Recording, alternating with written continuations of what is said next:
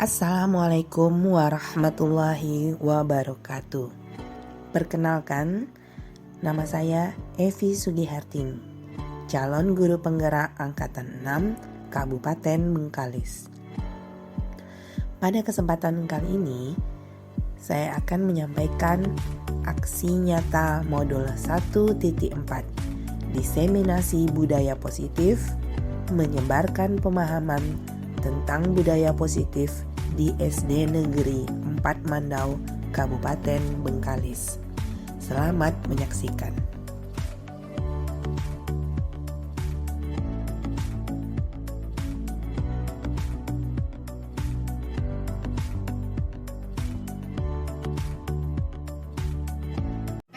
Assalamualaikum warahmatullahi wabarakatuh. Waalaikumsalam warahmatullahi wabarakatuh. Alhamdulillahirrahmanirrahim. Hari ini kita masih diberikan kesehatan sehingga kita dapat berkumpul di sekolah kita ini dalam rangka penyampaian materi budaya positif oleh calon guru penggerak yaitu Ibu Evi Sugihartini.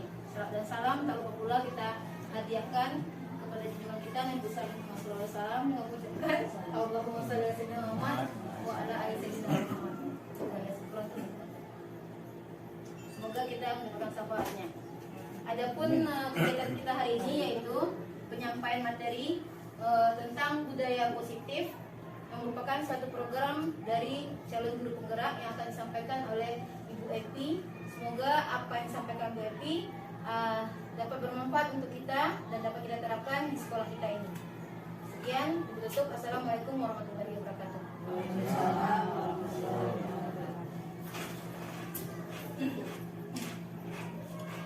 Assalamualaikum warahmatullahi wabarakatuh. Salam.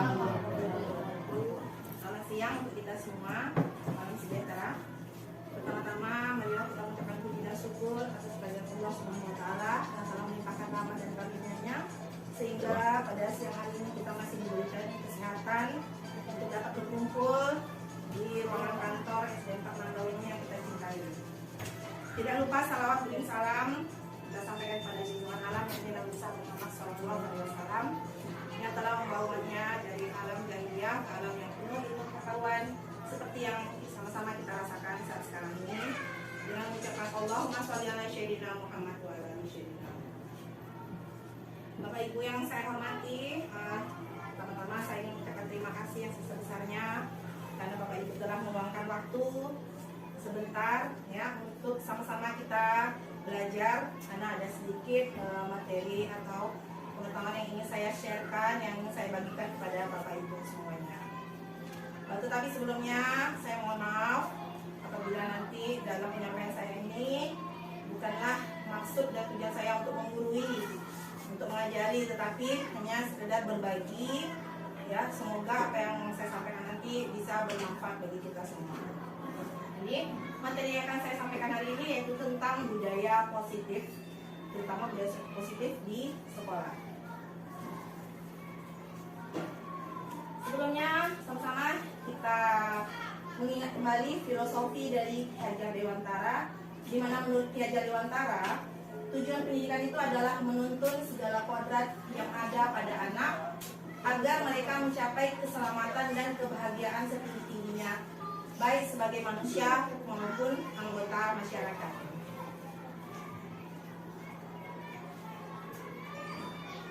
Perubahan paradigma belajar, paradigma itu cara berpikir kita ya Bu.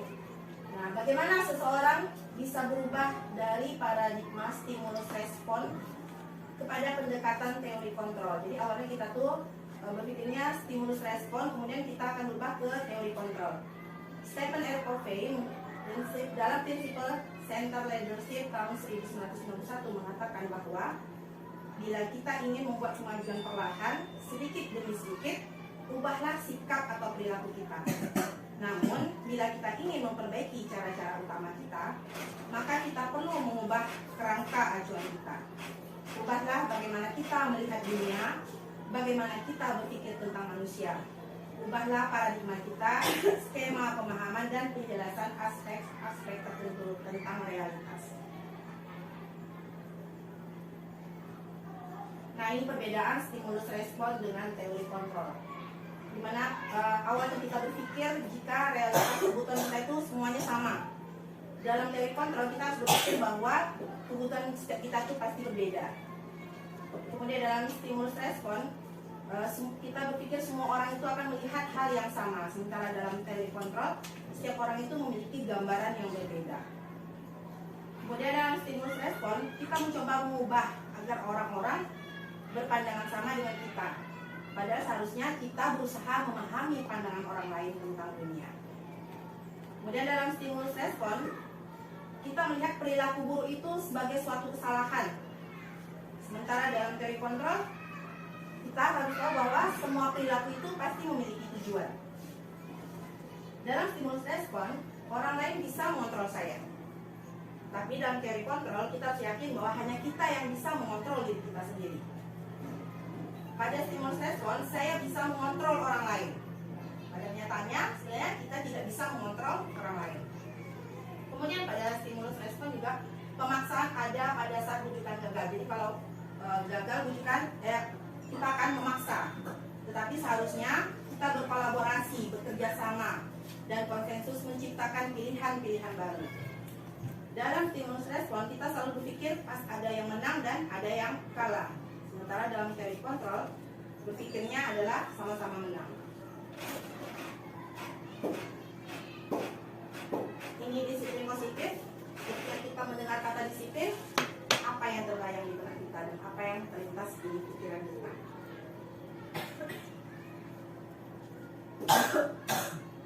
Kembali lagi ke Bapak Pendidikan kita, Ki Hajar Dewantara menyatakan bahwa di mana ada kemerdekaan, disitulah harus ada disiplin yang kuat. Sungguh pun disiplin itu bersifat self-disiplin, yaitu kita sendiri yang mewajibkan kita dengan sekeras-kerasnya, tetapi itu sama saja. Sebab, jikalau kita tidak cakap melakukan self-disiplin, wajiblah penguasa lain mendisiplinkan diri kita. Dan peraturan demikian itu harus ada di dalam suasana yang merdeka. Nah, kemudian di masa murid kita, untuk menciptakan murid yang merdeka, syarat utamanya adalah harus ada disiplin yang kuat. Disiplin yang dimaksud adalah disiplin diri, yaitu yang memotivasi dari dalam diri, dalam internal.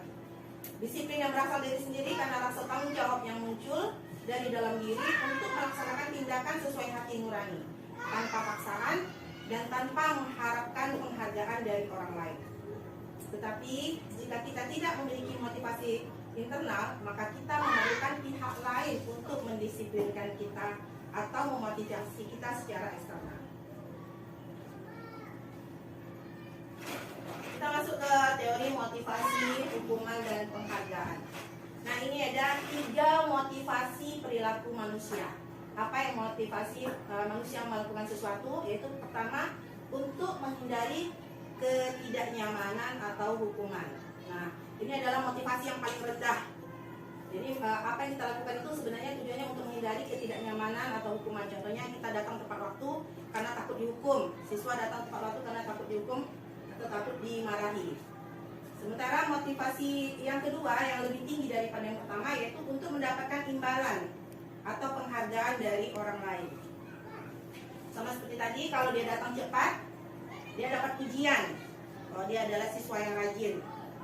Nah, sebenarnya motivasi yang paling bagus, yang paling tinggi, yaitu yang ketiga, yaitu untuk menjadi orang yang mereka inginkan atau diri kita inginkan, dan menghargai diri sendiri dengan nilai-nilai yang kita percayai. Jadi ini sebenarnya ini yang harus ada ya pada diri kita. Jadi kalau kita memang datang cepat tuh karena kita ingin menghargai diri kita sendiri, bahwa kita ingin nilai-nilai yang seperti apa yang kita lakukan.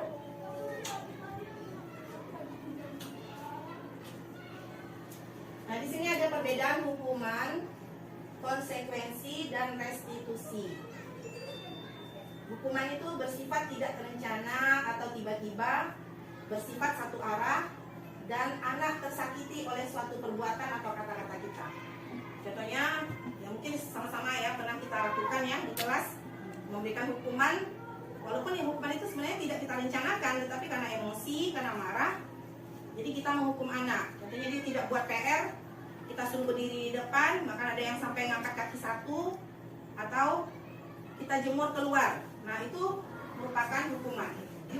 Sedangkan konsekuensi sudah disepakati dan disetujui guru dan murid. Walaupun tidak nyaman ya untuk murid dalam jangka waktu pendek. Contohnya, misalnya kita udah membuat kesepakatan sebelumnya.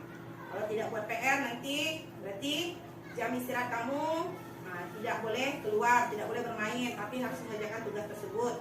Nah, artinya anak tetap juga mendapatkan ketidaknyamanan karena dia tidak bisa istirahat seperti atau bermain seperti teman-temannya yang lain. Kemudian ini restitusi. Restitusi ini mungkin hal yang baru, bagi saya juga hal yang baru ya. Tapi inilah yang sebenarnya yang harus kita terapkan, di mana ini merupakan proses kolaboratif yang mengajarkan murid untuk mencari solusi atas masalah mereka sendiri dan membantu murid berpikir tentang seperti apa orang yang mereka inginkan dan bagaimana mereka harus memperlakukan orang lain. Nanti akan lebih jelasnya kita bahas tentang restitusi ini. Nah, ini mungkin juga tanpa kita sadari selama ini bahwa kita selalu memberikan penghargaan, tapi sebenarnya penghargaan ini punya dampak yang kurang baik juga. Seperti ahli ya, tokoh Al-Fikon mengemukakan bahwa baik penghargaan maupun hukuman itu adalah cara-cara mengontrol perilaku seseorang yang menghancurkan potensi untuk pembelajaran yang sesungguhnya. Dimana menurut Kon, secara ideal, tindakan belajar itu sendiri adalah penghargaan yang sesungguhnya. Kon selanjutnya juga mengemukakan beberapa pernyataan dari hasil pengamatannya selama ini tentang tindakan memberikan penghargaan yang nilainya sama dengan menghukum seseorang. Nah, ini apa maksudnya? Kita akan bahas satu-satu.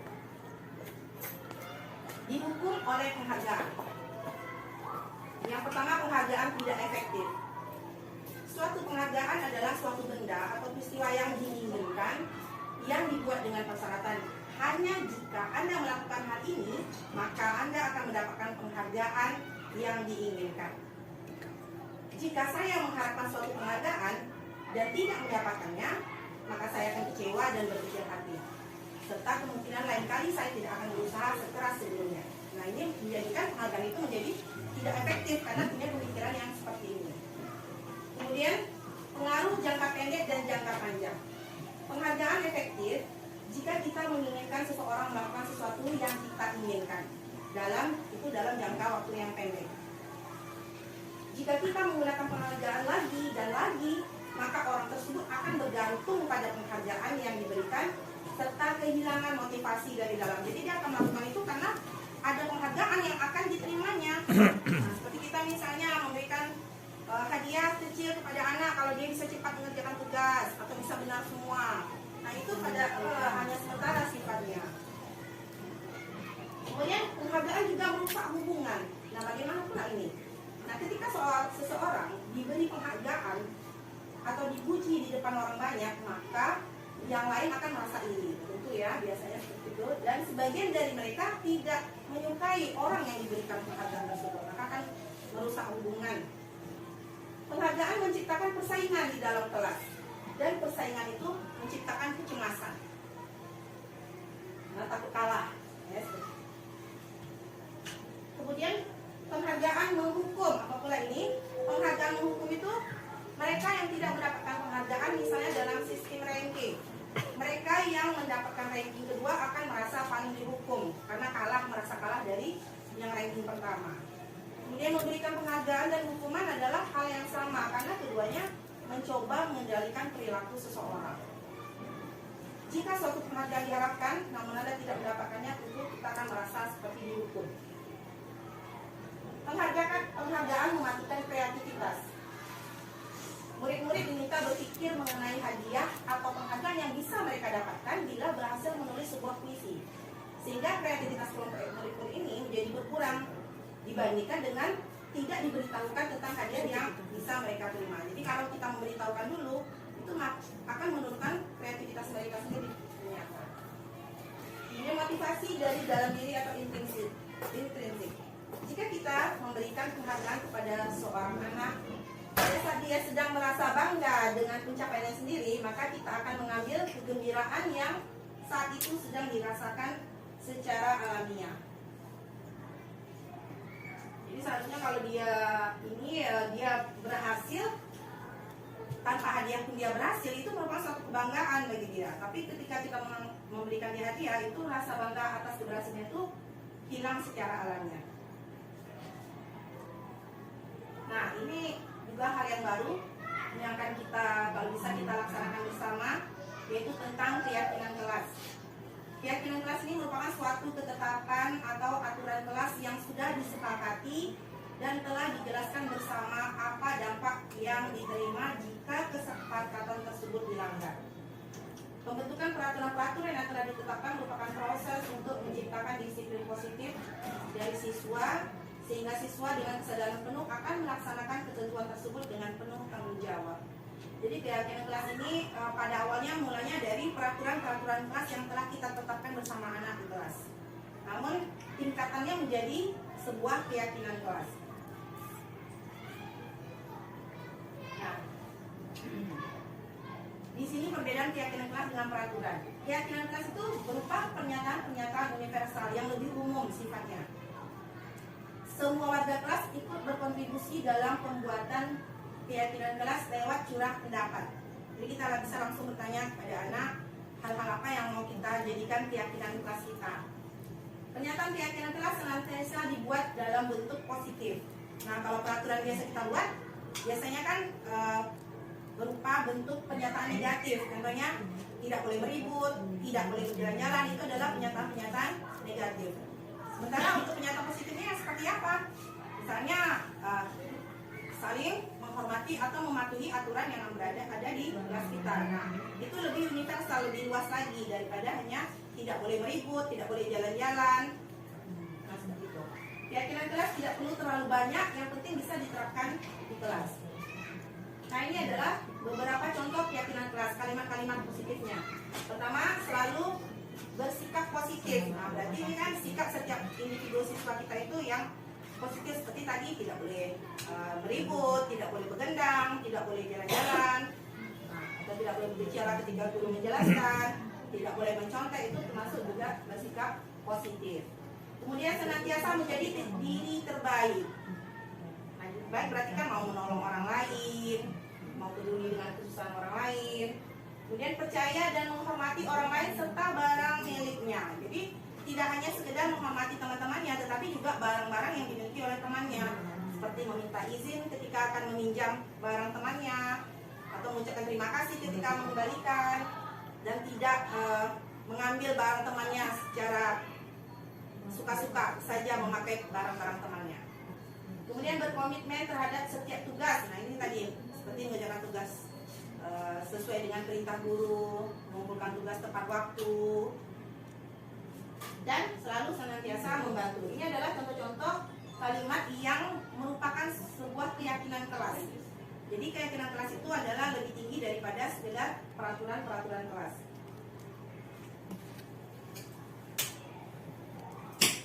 Tapi sebelumnya kita harus memahami dulu apa saja sih kebutuhan dasar manusia itu. 5 kebutuhan dasar manusia. Yang pertama, bertahan hidup. Nah, kadang-kadang di kelas anak-anak kita tuh sering membuat masalah. Nah, membuat masalah itu pasti ada alasannya. Ya kan, mungkin dia sekedar membuat alasan. Di antara alasan itu, di antara 5 inilah ada.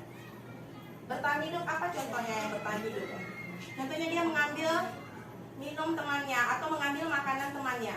Berarti bisa jadi anak tersebut ya tidak sarapan dari rumah atau tidak membawa bekal atau mungkin tidak punya uang jajan sehingga dia mengambil makanan temannya.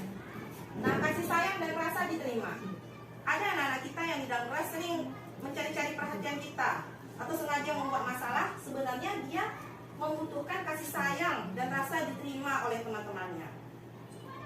Kemudian kebebasan. Nah, ini kejenuhan dalam belajar. Mungkin dia ingin belajar yang model seperti lain, metode yang lain yang lebih bebas, nggak terikat di dalam kelas saja. Gitu. Kemudian ada juga dia melakukan sesuatu hanya untuk kesenangan, karena kesenangan itu juga merupakan suatu kebutuhan manusia. Atau penguasaan terhadap sesuatu. Nah, itu juga merupakan kebutuhan dasar manusia.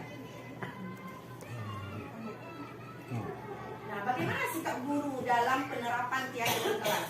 Di sini ada 5 posisi kontrol guru dalam menghadapi permasalahan di kelas. Pertama, ada berposisi sebagai penghukum.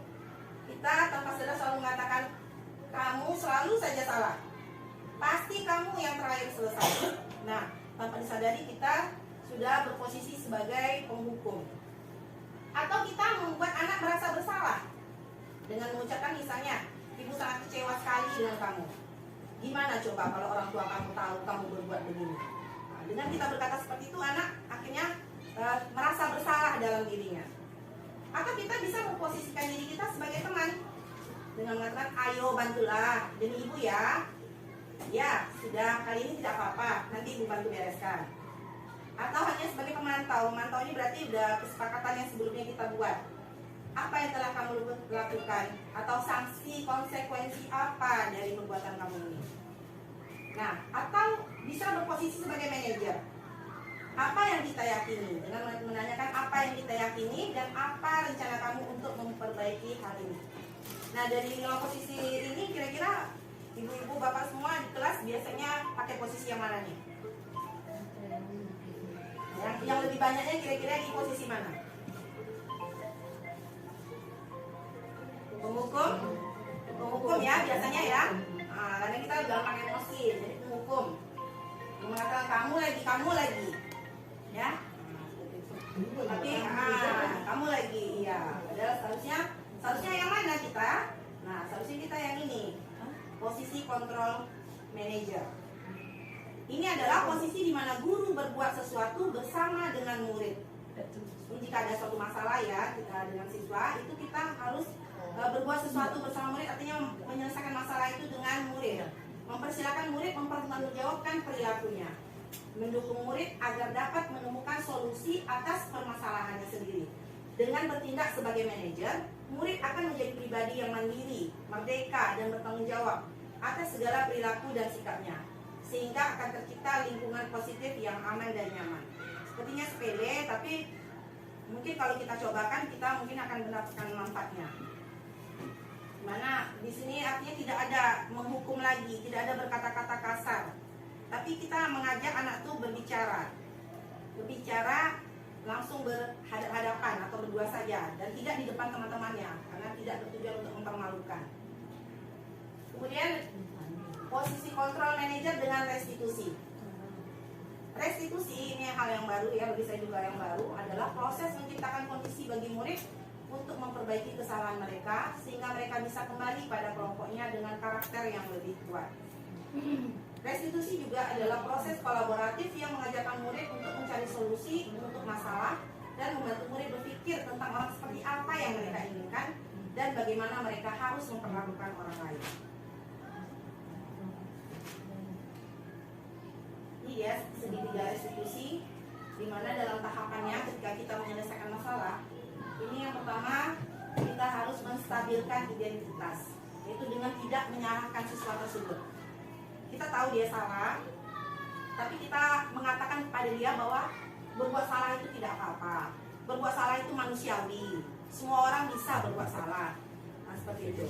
Jadi tidak ada manusia yang sempurna. Dengan begitu rasa takut yang ada dalam dirinya itu hilang, rasa cemas seperti mau dapat hukuman itu akan hilang. Saya juga pernah melakukan salah seperti itu, kita berkata begitu kepada siswa kita.